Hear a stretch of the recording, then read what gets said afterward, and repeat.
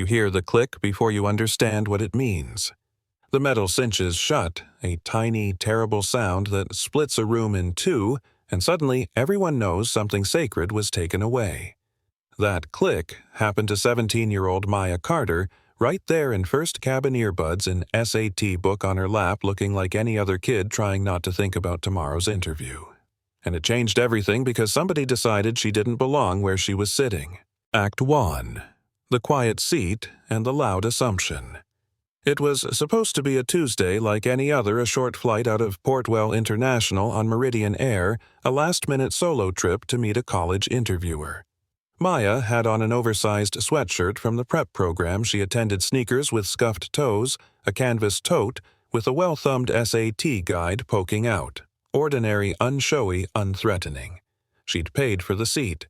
She had the boarding pass in her pocket.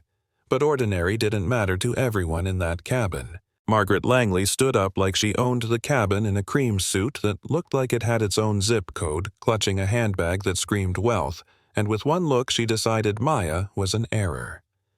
"You're in my seat," Margaret announced, loud enough to be dramatic, not conversational like a headline with a face. People shifted, phones came up. Maya slid her headphones down, polite and small. "I'm in 1A, she said, and held out the pass because that's what she'd been taught, answer with facts. The flight attendant scanned the barcode, the screen lit confirmation green, and everyone should have blinked and moved on. Instead, something in that room preferred a story where a black teenager must be a mistake, and so a staff member chose the discomfort of a wealthy customer over the text on a machine. "We have a double booking," Claire Jensen said calmly, rewriting the truth to fit the version that kept her job safe, and Margaret started to narrate a tale about people who don't belong. Maya felt the air change. It's an old feeling for her, one she'd learned in dressing rooms and boutiques and classroom spaces where people judged her before she spoke. She remembered her mother's voice from years ago. "You don't shrink so they can feel big," and it steadied her. She could have left the way 1,000 younger bodies have been trained to leave. Apologize, move, disappear, but this time she stayed. Act 2. The call, the power move, and the world. Watching. She pulled her phone out and dialed her father, not because she wanted an armed escort, but because hero stories aren't always loud, sometimes they're methodical. Daniel Carter wasn't just a businessman. He'd built North Star Fuel from one beat-up truck into the company that quietly fills most of the country's airplanes. He was in a meeting that could have made or broken a deal worth hundreds of millions, but when he heard the tremor in her voice, "They say my ticket is fake. They're calling security." He stood up and said, "I'm coming. You can argue about fairness of influence later, but right now, in the metal hum of a jet, a teenage girl is being accused of theft because of the color of her skin, and a security officer named Eric Doyle walks on with the kind of confidence you learn in uniforms and echo chambers. He asks for ID. She hands it over, it checks out, and yet the script has been written. 'You're coming with me,' he says, like a pronouncement, and the sound of handcuffs closing is a punctuation that leaves no room for doubt. But this is 2025, and nobody disappears anymore. The woman in the aisle.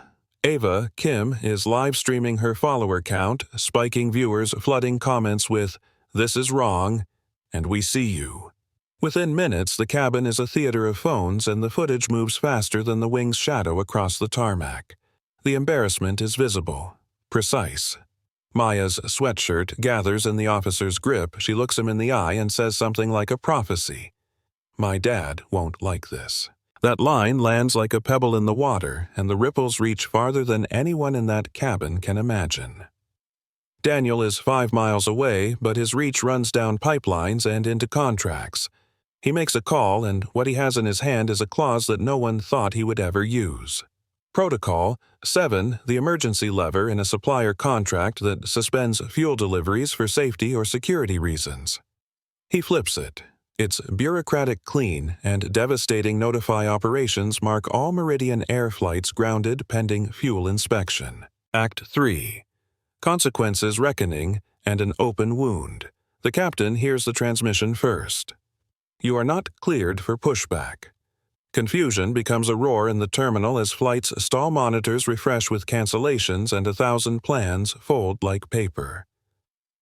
People who were moments ago expecting coffee and meetings now stare at gate staff with the same question why news vans roll up to the curb, trending tags catch fire and hamper seat 1A, airline shame. And the story becomes not about a seat, but about dignity. Daniel arrives with legal counsel and an entourage that makes the airport look like a courtroom. He doesn't smash things or shout. His power is quieter, harder to ignore contracts, signed phone numbers that open more doors than a protest ever could. He kneels at Maya's side inside an interrogation room, sees the red marks on her wrists, and the world narrows to that small, human map of pain. He asks like any father who measures a life in small attentions, "Are you okay?" And in a whisper she says, "They wouldn't listen." The fallout is surgical. Officer Doyle finds himself facing internal investigations and federal inquiries for violating civil rights. Claire Jensen is out of a job for bending policy to preserve a wealthy passenger's comfort, and Margaret Langley watches the contracts that built her lifestyle evaporate as clients reconsider partnerships tied to her company. The narrative, some want to call revenge, looks from another angle like accountability finally landing where it long avoided. But the better kind of change is the slow, institutional stuff that follows gets lost in breathless headlines. Daniel doesn't just pull the plug, he builds something. A new industry standard for bias reporting, mandatory training for customer-facing staff. Immediate escalation procedures when discrimination is alleged. Practical measures with names like the Carter Charter and the Maya Initiative, and a foundation that pays for lawyers' scholarships and policy research so that one day this pattern might be less likely to repeat. And Maya. She goes to that interview not because the drama earned her anything, but because she earned everything in ways that mattered, hours spent studying a stubbornness honed in dressing rooms and classrooms. Months later, she walks across a stage in a place that once felt unimaginable. But what stays with her is not applause. It's the knowledge that dignity costs nothing, and that sometimes cost must be paid by systems, not souls. This isn't a perfect ending because life rarely gives you a tidy bow. There are people who call what Daniel did an abuse of power, who say that wealth should not be the engine of justice, and they have a point worth listening to. There are others who say that when institutions fail, private pressure is the only thing that moves them, and that's true too. The world sits in that argument like a temperature reading too hot to ignore, too complicated for a soundbite. A few details I want you to hold on to. Maya never lashed out. She kept her dignity when adults tried to remove it, and cameras somebody's small device turned private humiliation into public evidence. Also, power without purpose is hollow, but power with purpose can force policy to bend toward justice. That's a hard line to walk, and it's messy, but it's real. So, what do you think? Was Daniel right to use his influence to stop the airline? Was that justice or just another kind of domination? Should the person who felt threatened by Maya's presence have been answered by better policy instead of a phone call that cost careers? Have you ever been in a place where someone assumed you didn't belong, and what did you do about it? Tell me in the comments, be blunt, be kind, tell your story, argue the point. If this struck a nerve, hit like and subscribe so we can talk about more stories like this. Stories about dignity, power, and the small moments where people either stand up or step aside. And before you go, remember that humiliation is contagious, but so is courage. Sometimes you don't need to yell to be loud.